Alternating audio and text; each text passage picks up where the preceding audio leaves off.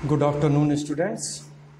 Last class में हमने पढ़ा a girl with a basket, जो हमारा पहला लेसन है। उसके लास्ट क्लास में हमने पढ़ा कि कैसे लेखक जो है दिल्ली से रानीखेत के लिए निकला था और रास्ते में जहाँ कहीं भी उसकी ट्रेन रुकती थी, लेखक स्टेशन पर उतरकर लोगों से बातचीत करने की कोशिश करता था, लोगों के विचार जानने की कोशिश करता था।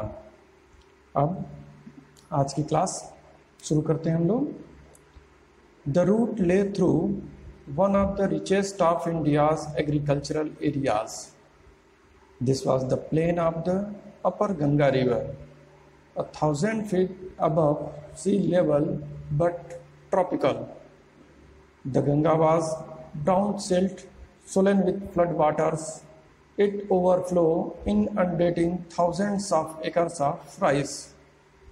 To the north were jungles, great expanses of grass, higher than a man's head, and unbroken except for an occasional clumps of trees. The home of tigers, elephants, pythons, and cobras. The route lay through one of the richest of India's agricultural areas. The route, कौन सा root? जो लेखक दिल्ली से बरेली तक की जो अपनी यात्रा ट्रेन से कर रहा था, वो ट्रेन के रूट के बारे में बता रहा है कि द रूट ले थ्रू, कि यह जो रास्ता है, ये जो ट्रेन का मार्ग है, ये कहाँ से गुजरता था? ये रास्ता गुजरता था भारत के सबसे धनी एग्रीकल्चरल एरियाज, यानी कृषि क्षेत्र से, सबसे धनी कृषि क्षेत्र से होकर गुजरता था। अभी धनी कृषि क्षेत्र से क्या मतलब है? धनी का अर्थ यहाँ पर पैसों से नहीं है, बल्कि यह एक ऐसे एरिया से होकर ये ट्रेन का रूट जाता था कि जहाँ पर जो कृषि का कार्य है वो बहुत प्रमुखता से होता है, और जहाँ की भूमि भी जो है वो कृषि के लिए, खेती के लिए काफ़ी अच्छी थी, काफ़ी उपजाऊ थी।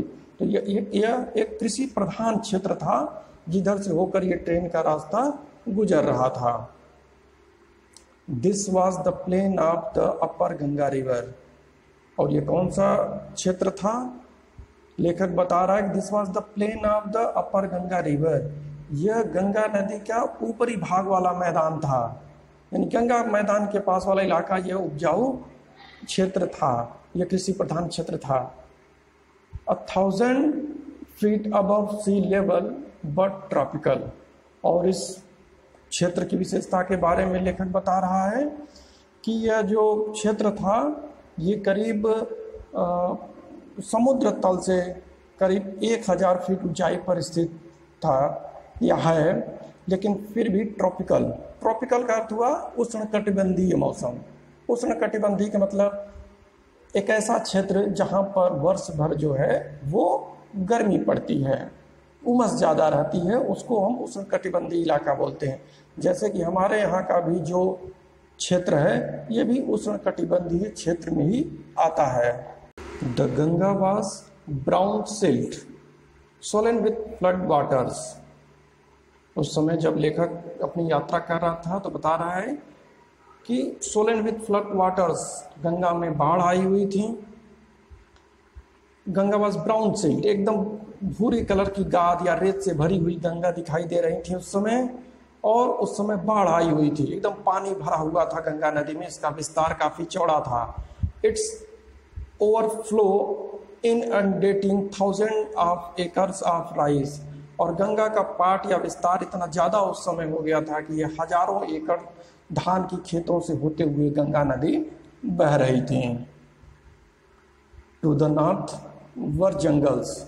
और ये जो गंगा का ऊपरी मैदान का इलाका था जो कृषि प्रधान क्षेत्र है, इसके नॉर्थ में, इसके उत्तर साइड में लेखक बता रहे हैं वर जंगल्स, जंगल थे।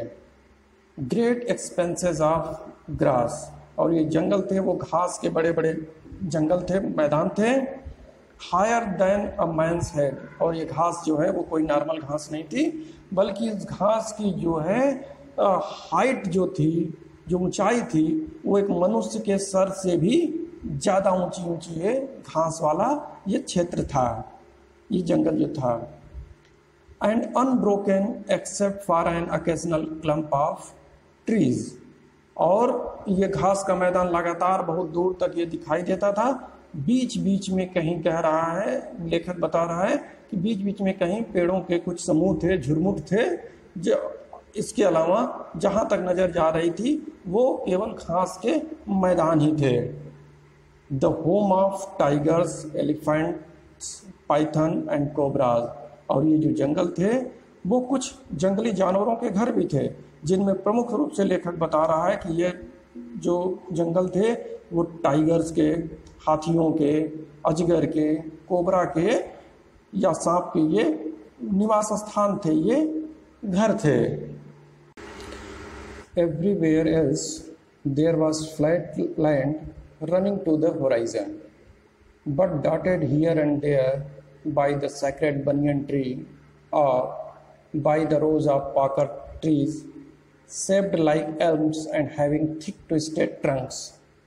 Hot, humid air was moving in from the southwest. Monkeys, some of them mothers with babies clinging to them and riding underneath, swung off trees at the stations looking for food. The villages we passed by had walls made of mud mixed with water and cow dung. Their peaked roofs were thatched, bundles of grass tied to bamboo poles stretched across the rafters. That day, the pumpkin vines that grew over them were in bloom, trailing streaks of yellow over drab walks. यानी everywhere else there was flat land running to the horizon. लेखक ने किसी प्रधान क्षेत्र की बात की, उसके उत्तर में उसने जंगल्स के बारे में बताया।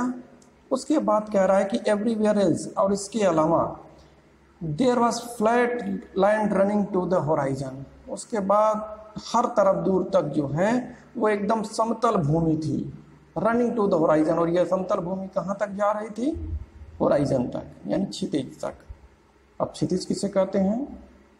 तो क्षितिज का अर्थ हुआ एक ऐसा काल्पनिक बिंदु जहां पर हमें पृथ्वी और आसमान मिलता हुआ दिखाई देता है।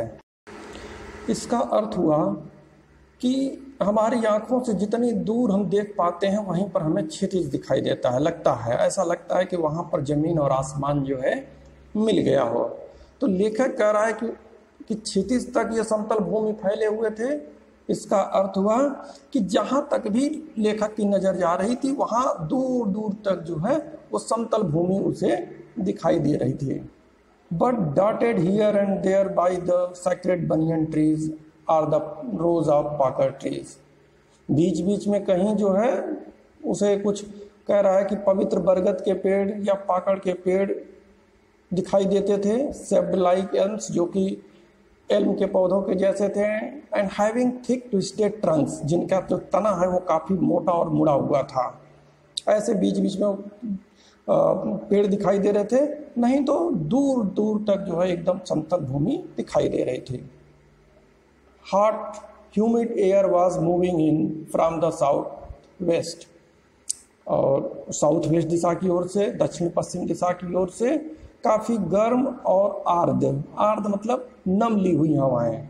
जैसे इस समय बारिश के मौसम में, इस समय बारिश के मौसम में जब हमारे यहाँ गर्मी भी पड़ती है, बारिश भी होती है, तो हम देखते हैं कि हवा में नमी ज़्यादा होने के कारण हमें उमस बहुत ज़्यादा महसूस होती है।